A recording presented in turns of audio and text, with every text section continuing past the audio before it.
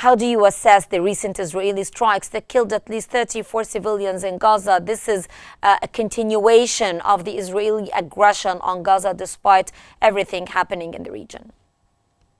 This is the worst genocide of the 21st century, and this is a shame on humanity to continue watching the massacre and the killing of the Gazans without really mobilizing the international community to stop this massacre and this mass killing that is committed by the Israeli government and headed by Netanyahu.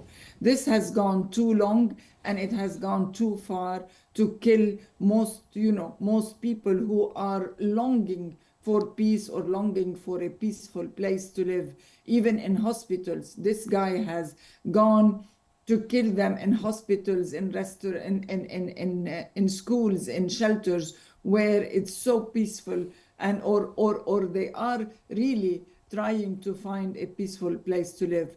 This is really an atrocity that the whole humanity should be ashamed of.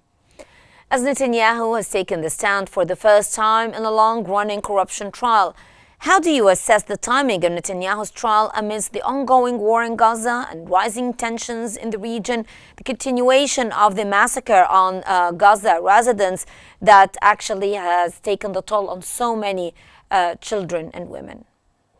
Well, this person has been continuously killing people in order for him to escape trial.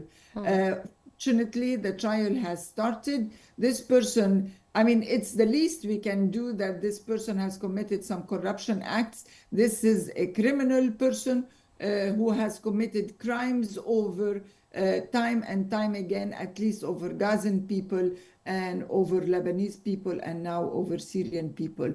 This must stop. Really, must stop. And we hope that the international community can join efforts to really stop this mass killing of the Gazan people.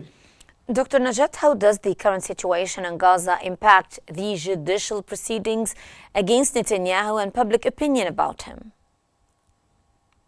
I hope they won't really buy into his lies anymore, and they continue the judicial questioning and trials over 3 days a week so that they can reach a conclusion about all the allegations that he has on his file. And I also hope that the ICC and the ICJ continue their quest into looking into his allegation about committing genocide as well.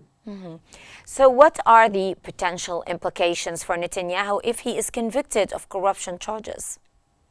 We do hope that this cabinet can be changed. At least we need somebody, or we need a government that is less criminal and believing in diplomatic efforts to find solutions to all those conflicts that have been ongoing for 76 years.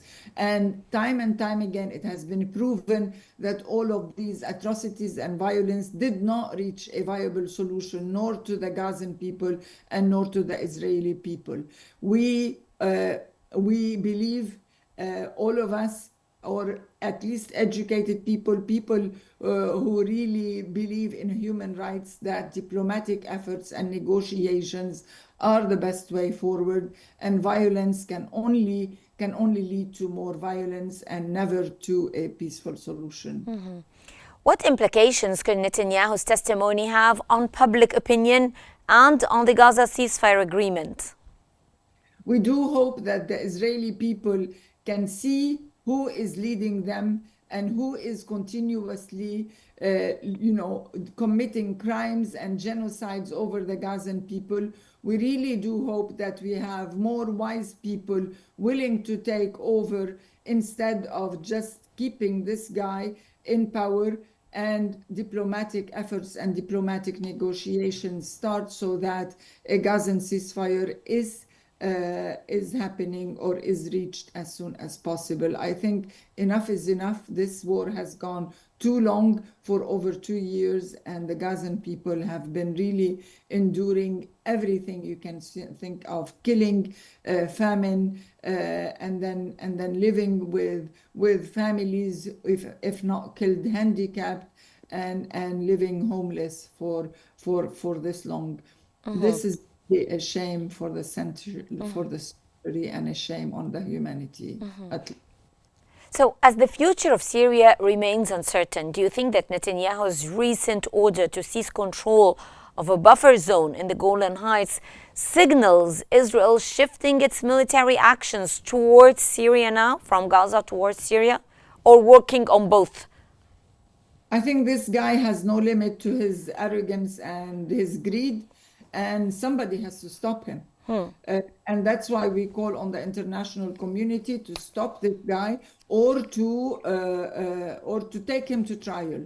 This is not possible. This guy is continuing to take over or to claim some buffer zones on all fronts and claiming that he needs that for the security of Israel, whereas and had never threatened the security of Israel in the past. So I think his statement and his greed of controlling and buffering some zones in the different countries around him are not justifiable. But unfortunately, the international community is not putting enough pressure on him to stop. That was from Beirut, Dr. Najat Aoun Sariba, member of the Lebanese parliament. Thank you very much for your insights today, Dr. Najat.